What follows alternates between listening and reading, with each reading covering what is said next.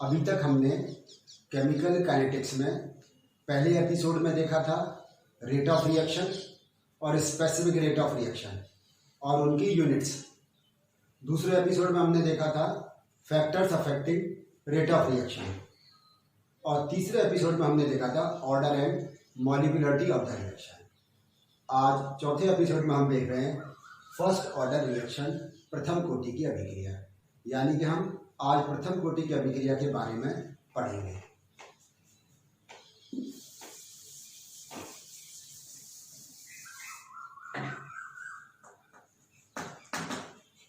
First order reaction.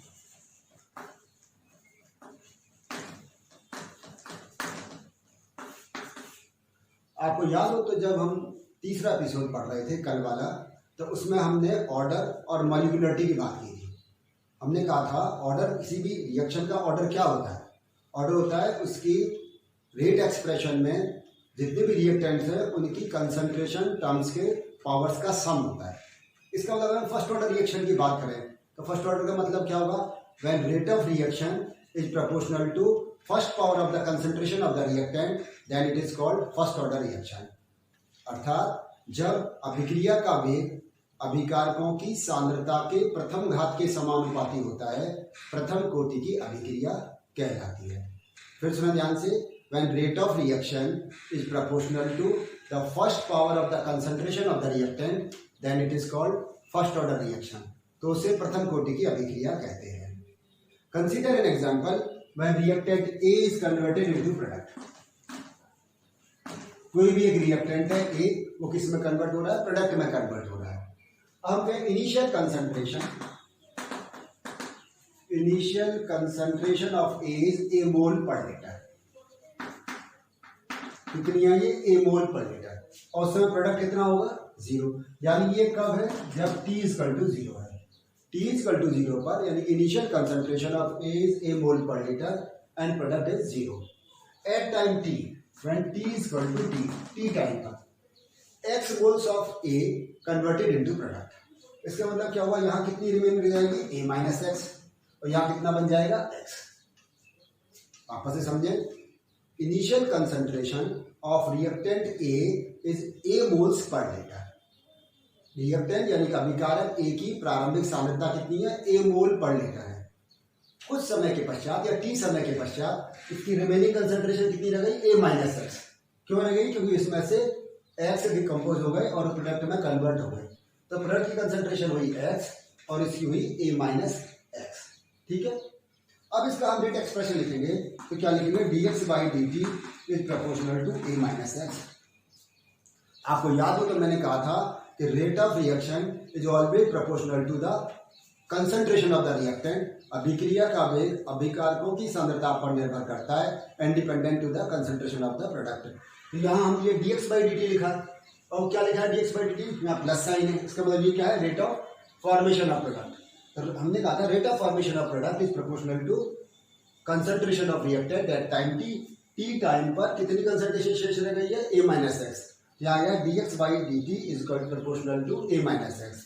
या इसको हम और कैसे लिख सकते हैं? तो dx by dt is equal to k1 a minus x. dx by dt is proportional to k1 a minus x. k1 यहाँ पर क्या है? First order rate constant. k1 is equal to first order rate constant. ये k1 यहाँ पर प्रथम कोटि की अभिक्रिया का वेग नियतांक है। इस रिएक्शन को हम ऐसे भी लिख सकते हैं कि dx upon a minus x is equal to k1 dt। ये a माइनस एक्स को इधर ले आए, dt को इधर ले गए, तो dx upon a minus x is equal to k1 dt। It is differentiation form of first order reaction. यह प्रथम कोटि अभिक्रिया का अवकलित रूप है। अब एक करेंगे इसका क्या? Integration. Taking integration of this equation, taking integration of this equation, तो क्या आ जाएगा? Integration of dx upon a minus x is equal to k1 integration of dt। Integration of dx upon a minus x equal to k1 integration of dt। k1 का क्यों नहीं किया, k1 यहाँ पर कांस्टेंट है, first order rate constant. Taking integration of this equation we get minus logarithm of a minus x is equal to k1t plus c। c यहाँ पर क्या है, इंटीग्रेशन कांस्टेंट, इंटीग्रेशन कांस्टेंट। क्यों लगाया है कांस्टेंट, कि जब कभी भी इंटीग्रेशन विदाउट लिमिट्स करते हैं तो हमें कांस्टेंट लगाना पड़ता है। तो dx अपॉन a माइनस का integration minus logarithm of a minus x, k1 dt का t, और यहाँ पर आ गया c। अब वैल्यू निकालेंगे c की। when t equal to 0 x was 0। जब शुरू की बात करें, जब अभिक्रिया की शुरुआत हुई थी, रिएक्शन शुरुआत हुई थी, टाइम बराबर 0 था, x यानी कि प्रोडक्टिव कंसंट्रेशन 0 थी, उस समय उत्पाद नहीं बना था। अब इस वैल्यू को यहां सब्स्टिट्यूट करो तो क्या आ जाएगा, माइनस लॉगरिथम ऑफ a, क्योंकि यहां पर x इक्वल टू 0 है, k1 इंटू 0 तो 0 हो गया, तो ये आ गया c। t की वैल्यू क्या रखी हमने, 0, तो ये k1 इंटू 0 0 हो गया, ये c तो माइनस लॉगरिथम ऑफ a, तो c की वैल्यू क्या आ गई, minus logarithm of a। Substitute the value in this equation, equation number 2, substitute the value of c in equation 2, we get minus logarithm of a minus x is equal to k1t minus logarithm of a। इसको इधर ले आओ, यहाँ आ गया k1t is equal to logarithm of a minus logarithm of a minus x, या इसको लिख सकते हैं k1t is equal to logarithm of a upon a minus x, या इसको ले सकते हैं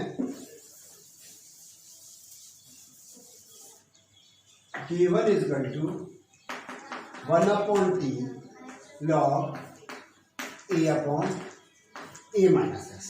ये t को उधर ले आए तो k1 बराबर बचा 1 upon t log upon a minus x. अब इस log to the base e को लॉग टू द बेस 10 में कन्वर्ट करते हैं तो हमें 2.303 से मल्टीप्लाई करते हैं, यहाँ आ जाएगा k1 is equal to 2.303 upon t, अब ये हो गया log to the base 10 a upon a minus x. It is integration form of first order reaction.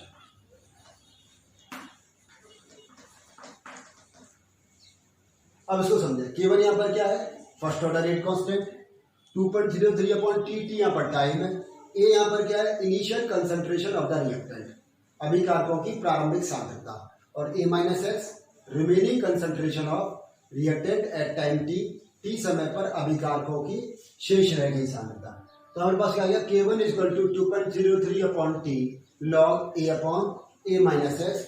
ये फर्स्ट ऑर्डर रेट कांस्टेंट का इंटीग्रल फॉर्म है, k1 equal to 2.303 upon t log a upon a minus x. तो आपके exam में जब आए कि derive the rate expression for first order rate constant, तो आप लिखेंगे k1 इक्वल टू, ये पूरा ड्राइव करेंगे और लास्ट में आएगा k1 equal to 2.303 upon t log a upon a minus x. इसी में हम एक और बात सीखेंगे, कई बार आता है हाफ लाइफ क्या है और फर्स्ट ऑर्डर की हाफ लाइफ निकालिए। हाफ लाइफ से मतलब क्या, the time at which half of the concentration of the reactant is converted into product. वह समय जिसमें अभिकारकों की आधी सांद्रता उत्पाद में परिवर्तित हो जाती है अर्धायु कहलाता है। नोट कर लें इसको, the time at which half of the concentration of the reactant is converted into product is called half life. अब हमें फर्स्ट ऑर्डर की हाफ लाइफ निकालनी है, तो t इक्वल टू कितना आ जाएगा, t equal to t half life, और x इक्वल टू क्या आ गया, a/2। x यहाँ पर क्या है, कंसंट्रेशन ऑफ प्रोडक्ट, हमने क्या कहा था, time at which half of the concentration of the reactant is converted into product, तो x इक्वल टू a/2 आ गया। सब्स्टिट्यूट करें यहाँ वैल्यू, तो k1 equal to 2.03 upon t half log a upon a minus a/2। हमने क्या किया यहाँ पर, कि t की जगह टी हाफ रख दिया और x की जगह क्या रख दिया, a/2। अब a में से a/2 सब्सट्रैक्ट किया तो कितना बचा, a/2। यहाँ आ जाएगा k1 equal to 2.303 upon t half log a upon a by two. A से कैंसिल हो गया, 2 ऊपर आ गया, तो K1 is equal to 2.303 upon t half log 2, और लॉग 2 की वैल्यू कितनी होती है 0.3010। तो log 2 since log 2 is equal to 0.3010, तो यहाँ वैल्यू सब्स्टिट्यूट कर दें, तो K1 is equal to 2.303 upon t half और log 2 की वैल्यू 0.3010, तो K1 बराबर क्या आ गया 0.693। तो इनका आपस में मल्टीप्लिकेशन करेंगे तो 0.693 अपॉन टी हाफ, या टी हाफ बराबर निकालें टी हाफ, ये बराबर कितना हो जाएगा 0.693 अपॉन K1। इसको इधर ले आए, इसको इधर ले गए, तो जाएगा t half equal to 0.693 upon K1।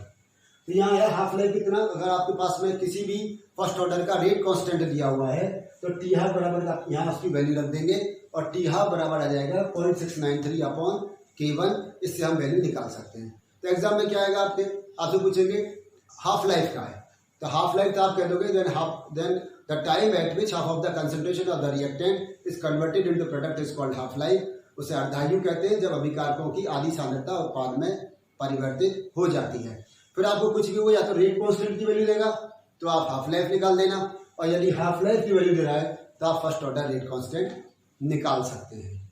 इससे एक बात और सीख सकते हैं हम यहाँ स्पष्ट दिखाई दे रहा है कि first order rate constant depends only on time and independent to the concentration initial concentration of the reactant, कि प्रथम कोटि की अभिक्रिया का वेग नियतांक केवल समय पर निर्भर करता है, अभिकारकों की प्रारंभिक सांद्रता पर निर्भर नहीं करता है। इसीलिए इसकी यूनिट आपको याद हो, हमने निकाली थी सेकंड इनवर्स होती है। जब हम ऑर्डर ऑफ रिएक्शन और ये सब पढ़ा रहे थे उस समय हमने देखा था इसकी यूनिट कितनी आई थी, फर्स्ट ऑर्डर रेट कांस्टेंट की सेकंड इनवर्स। तो यहाँ भी वही निकल कर आ रहा है, second inverse first order rate constant. ये भी क्वेश्चन आता है कि explain that first order rate constant is independent to the initial concentration of the reactant. तो यहाँ साफ समझ में आ रहा है कि प्रथम कोटि की अभिक्रिया का वेग नियतांक अभिकारकों की प्रारंभिक सांद्रता पर निर्भर नहीं करता है, केवल किस पर निर्भर करता है, समय पर निर्भर करता है। तो आज के एपिसोड में हमने दो चीज सीखी, एक तो फर्स्ट ऑर्डर रेट कांस्टेंट प्रथम कोटि की अभिक्रिया का वेग नियतांक, उसका एक्सप्रेशन, उसका व्यंजक कैसे निकालेंगे, और दूसरा उसका हाफ लाइफ या उसकी अर्धायु सीखा कि अर्धायु कैसे निकालते हैं। धन्यवाद।